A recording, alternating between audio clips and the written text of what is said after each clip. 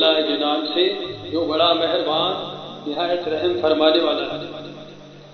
آج ہم شروع کرتے ہیں قصہ سلیمان علیہ السلام کا۔ حضرت سلیمان علیہ السلام حضرت داؤد علیہ السلام کے بیٹے تھے، جن کا قرآن پاک میں آپ کا ذکر سورہ بقرہ، سورہ انعام، سورہ انبیاء اور سورہ نمل، سورہ سبا اور سورہ صاد میں آیا ہے۔ اللہ تعالیٰ نے آپ کو بھی نبوت اور بادشاہت دونوں عطا فرمائی تھی۔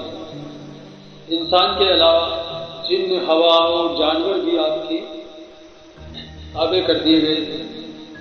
آپ ان سب کی بولیاں بھی سمجھتے تھے اور بولتے تھے۔ آپ کے زمانے میں بنی اسرائیل کی بہت بڑائی حاصل ہوئی، جو اس سے پہلے کبھی نہ ہوئی۔ حضرت سلیمان علیہ السلام بھی باوجود اتنی طاقت اور سلطنت کی اللہ کی یاد میں مشغول رہتے تھے۔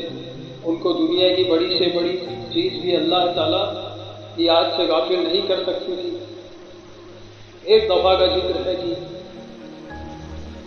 آپ اعلیٰ درجہ کی گھوڑوں کو دیکھ رہے تھے۔ ان کے دیکھتے دیکھتے عصر کی نماز کو دیر ہو گئی۔ آپ نے ان کو پھر بلایا اور ان کی پنڈلیاں اور گردنیں کاٹ ڈالی، تاکہ ان کی محبت سے اللہ تعالیٰ کی یاد سے غافل کر دیا، تاکہ جن کی محبت نے اللہ تعالیٰ سے یاد سے غافل کر دیا، ان کو ختم کر دیا جائے۔ ایک دفعہ کا ذکر ہے، آپ اپنی فوجوں کے ساتھ تشریف لے جا رہے تھے۔ چلتے چلتے چونٹیوں کی وادی میں پہنچے۔ ایک چونٹی نے کہا، اپنے گھروں میں گھس جاؤ، ایسا نہ ہو کہ سلیمان اور اس کا لشکر تمہیں تباہ کر دے اور انہیں اس کی خبر بھی نہ ہو۔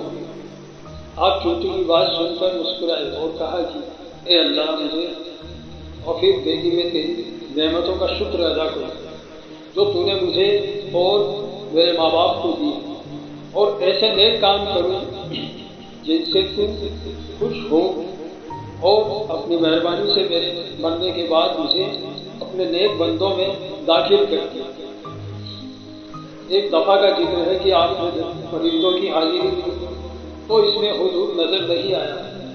آپ نے فرمایا کہ اس کی غیر حاضری پر ہم اس کو سخت سزا دیں گے یا ذبح کر دیں گے، ورنہ اس غیر حاضری کی وجہ بیان کریں۔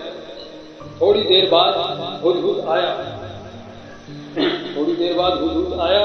اس نے عرض کیا کہ سبا کے شہر سے بالکل صحیح خبر لے کر آیا ہوں۔ میں نے ایک عورت دیکھی ہے جو وہاں حکومت کرتی ہے، اس کے پاس ہر طرح کا سامان ہے، اس کا بہت بڑا تخت ہے۔ ملکہ اور اس کی قوم کے لوگ سورج کو سجدہ کرتے ہیں اور شیطان نے ان کو سیدھے راستے سے روک دیا۔ ہدہد نے بیان ختم کیا تو آپ نے اس ملکہ کے نام یا خط دیا، اللہ کے نام سے شروع کرتا ہوں جو بہت بڑا مہربان نہایت رحم فرمانے والا ہے۔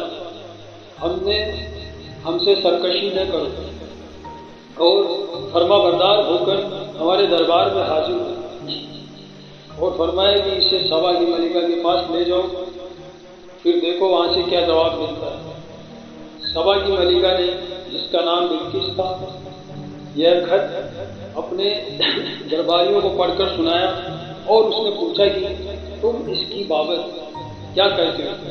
سب نے ایک زبان ہو کر کہا کہ ہم بڑے طاقت والے بڑے لڑنے والے ہیں، ویسے آپ کو اختیار ہے، جو حکم دے۔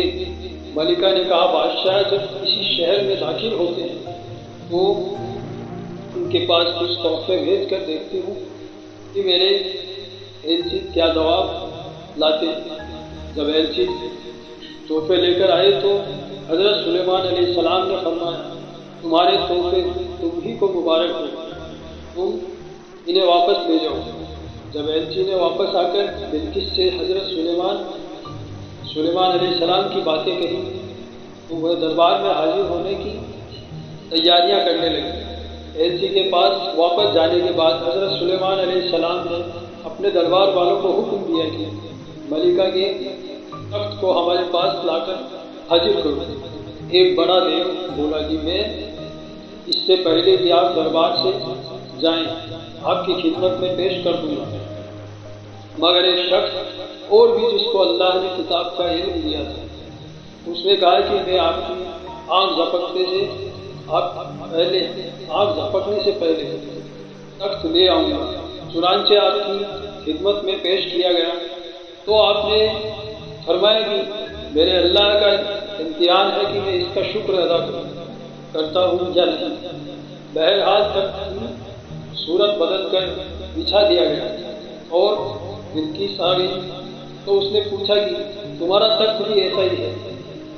بلقیس نے جواب دیا یہ تو بالکل ویسا ہی ہے، اور ہم تو پہلے ہی آپ کی شان و شوکت اور قوت و طاقت کو جانتے تھے اور آپ کو مان گئے تھے۔ جس چیز کو یہ اللہ کے سوا پوچھتی تھی اس نے اس کو اب تک سلیمان کے پاس آنے سے روک رکھا تھا۔ پھر بلقیس سے محل میں آنے کو کہا گیا۔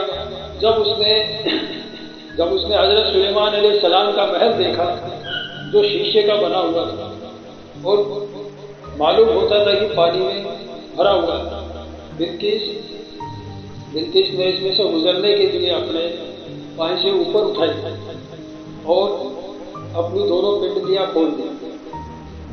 حضرت سلیمان علیہ السلام نے دیکھا تو فرمایا یہ محل ہے جس میں شیشے جڑے ہوئے ہیں۔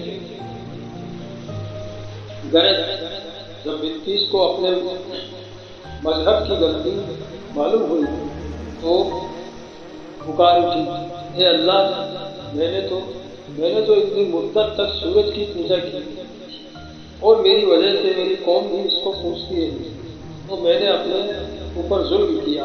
اب میں سلیمان کے ساتھ تمام جہانوں کی پالنے والے پر ایمان لاتی ہوں۔ حضرت سلیمان علیہ السلام اتنے بڑے نبی اور اتنے بڑے بادشاہ تھے کہ انسان، جن، پرندے اور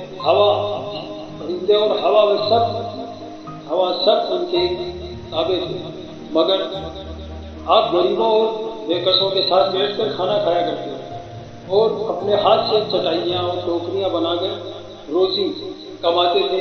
ہر وقت یاد الہی میں مشغول رہتے، راتوں کو بہت کم سوتے، دن میں اللہ کی مخلوق کی خدمت کرتے، بس یہی ان کی زندگی تھی، عبادت الہی اور خدمت خلق۔